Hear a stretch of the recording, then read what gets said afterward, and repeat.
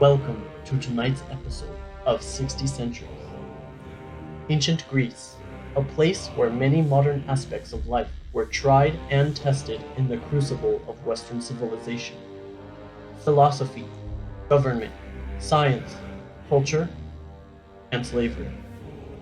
We will be discussing the role slavery played in ancient Greece and how social and economic classes participated in the act while providing a new perspective.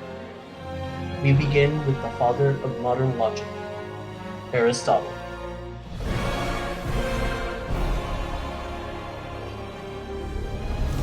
Aristotle, the legendary Greek philosopher, is mostly known for his contributions to government, philosophy, and science during his lifetime. He helped to develop these aspects of life and provide a greater perspective by exploring each one in detail. His work on the politics is one example of his written pieces surviving today that expanded upon the ideas of governments within ancient Greece. We have Aristotle here today and will be providing an inside look at who he is and his reasoning. I am on a path of gaining an understanding of life. I exist to dive into the depths of the mind to experience the equation of society. We need not ask who, but why. Why do people act the way they do, and what can we learn? This is done by engaging in a line of dialogue with others of various mindsets, experiences, and backgrounds to witness an exchange and display of knowledge. Each trading of rhetoric and writing explores a network of interconnection within our state and to the mind itself. What does it mean to lead and be virtuous? Why do people have a set of nature they strictly follow? The Politics is an 8-piece written work by Aristotle and explores a plethora of topics from the political state of ancient Greece, how it is governed, virtue, households, slaves, and more. Written in 330 BC, key aspects of life were examined with great detail to provide a greater perspective on the world around him. It was often my role to explore what we have learned by demonstrating this knowledge in the polis and engaging in rhetoric display in the common center. Statesmen, commoners, and more would gather to hear our words. I took from my previous knowledge to expand upon it for others to bear witness. The theories would be dissected to allow for open dialogue while protecting against inferior and false claims. Even while in public display, I took note of what was happening to continue the pursuit of knowledge. I was more often a witness to others while I stood by and observed. I see people in the state debate over policy.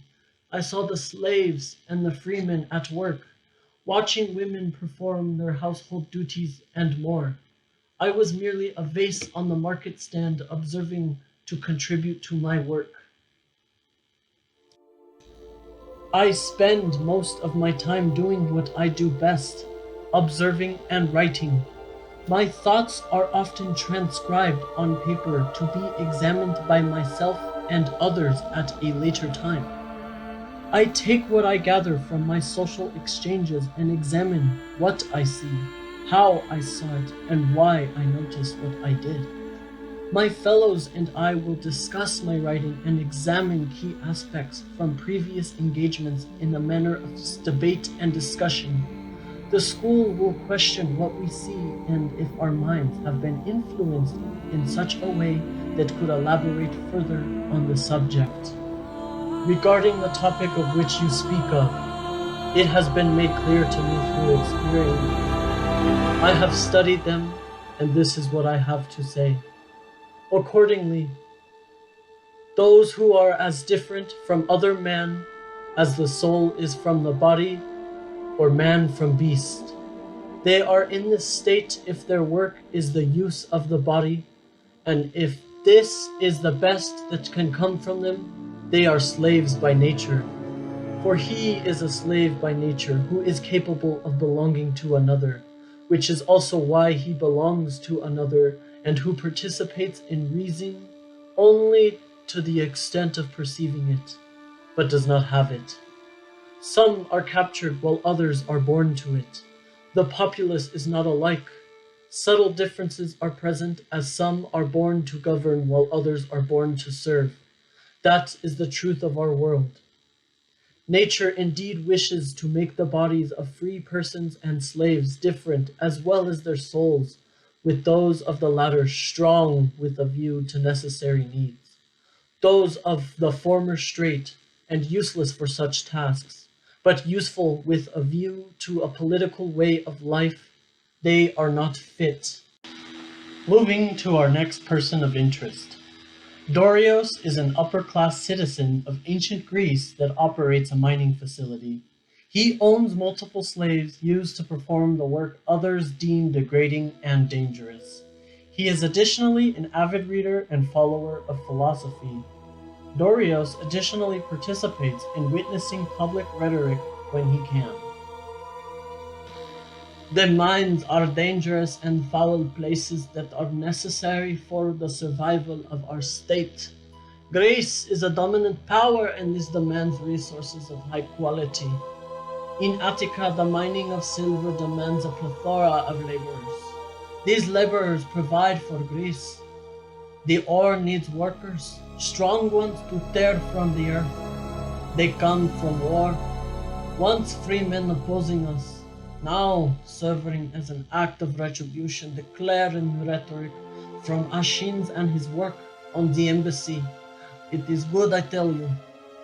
Once they are defeated, the survivors become property. They are no longer bound by the sword, but by chains and by peaks of metal. Work in his mind can be daunting and with delirious effect on one. It is dangerous, hot, and with air so thick my own sons are not fit to be there. This is true. We dive into the mine to show you the descent and the picking of silver. Ah, finally, here it is. The silver. There are slaves who get strained, bones were broken, black lungs and more. Morale can get low, yet I encourage them from the works of Hesad. Works and days by Hesad is excellent for displaying of condition and necessity for purpose. The purpose of Greece is all I know, and I look to further success in a line of constant success. Hesad tells me the story to the grounds that is dedicated to their lives, to work in fulfilling a higher purpose than man's selfish desire and recklessness. I follow this work, just like in the line. First of all, get a house, and a woman, and an ox for the plow, a slave woman, and not a wife, to follow the oxen as well, and make everything ready at home, so that you may not have to ask of another, and he refuse you. And so, because you are in lack, the season pass by and your work come to nothing. Do not put your work off till tomorrow and the day after, for a sluggish worker does not fill his barn, nor one who puts off his work. Industry makes work go well, but the man who puts off work is always at hand grips with ruin. Instead of plowing, I mine for silver and have my slaves as ox. I perform my duty to the higher power and provide more in myself. I tell my enforcers and free men about this, and inform those bound to me of the same. No longer serving their master of war, they come to serve something more. It is dedicated to one state, the state of Greece.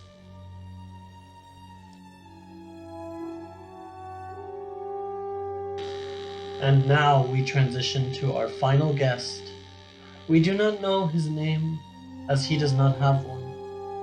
He will not be remembered nor mentioned. His life is dedicated to one thing: work.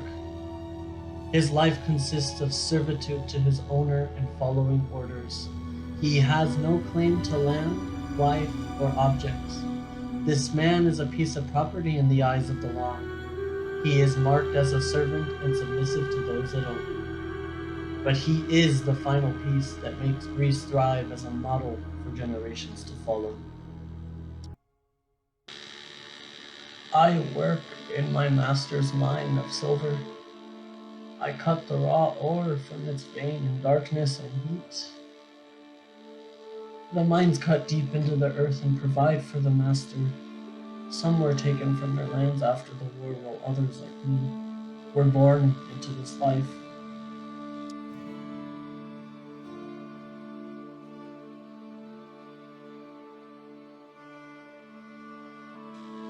Not all were sold into slavery, as some were born into it. Within ancient Greece, those taken from the battlefield were sold into slavery, just as Demosthenes states in Against Leptines.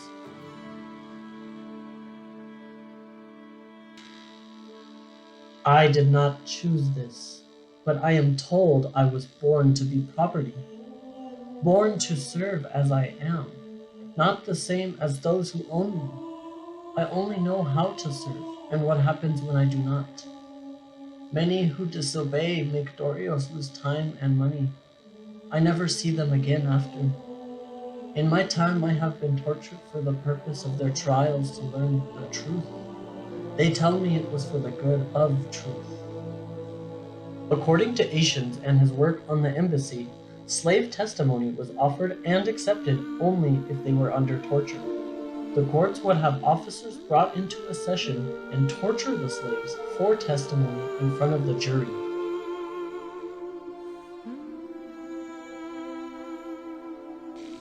Many before me have also given a word under an officer's hands in court. Bad things happen to us and around us. We get the blame. No food on some days, no rest on others. By their law, it is the slave who is responsible for the misdeed. But the free man gets no punishment like we do when he does a bad crime. I hear my master speak of a work by a man named Demosthenes. He speaks this to others around us and how it is fair. It is tough to see those around us in pain, but many times you do not notice it because you are in pain yourself. The picking of metal ore and the swinging of our tools makes us strong and weak. I sleep on my side, where it hurts my neck. There are slaves that are luckier than me. Some can be house slaves that do easy tasks that we dream of while others work getting supplies for their master. They are not always lucky though. Some are used in manners I do not speak of for the pleasure of their master. Both men and women slaves were used in brothels for the pleasure of Greek citizens and or freemen. Aeschines states that Timarchus went to brothels and paid for encounters with slaves men, as well as detailing the act itself. This made Timarchus unfit for public life in the eyes of Aeschines.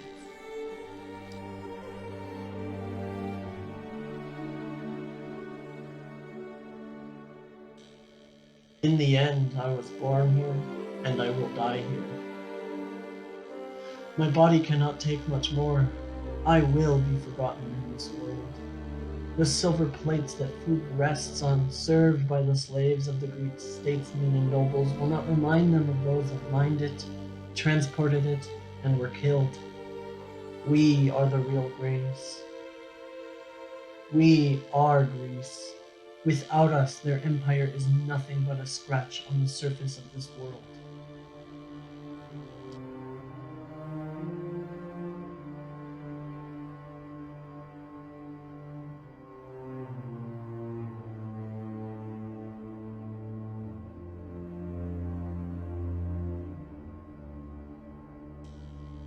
Ancient Greece was known for its contribution to Greek gods in modern culture, philosophy, government, and science, which inspired generations of societies to this day. Their use of a slave labor force assisted to justify the use of bondage for fellow humans hundreds of years after. Even the foundations of the United States justified slavery based on Aristotle's work, quoting that some were born to be slaves and their actions of owning slaves were justified. This tradition of slavery was used in ancient Rome and various other societies after. This is dedicated to the thousands, if not millions, that gave their entire lives while viewed as lesser men and women. This is a small reminder of how cruel humans can and will be.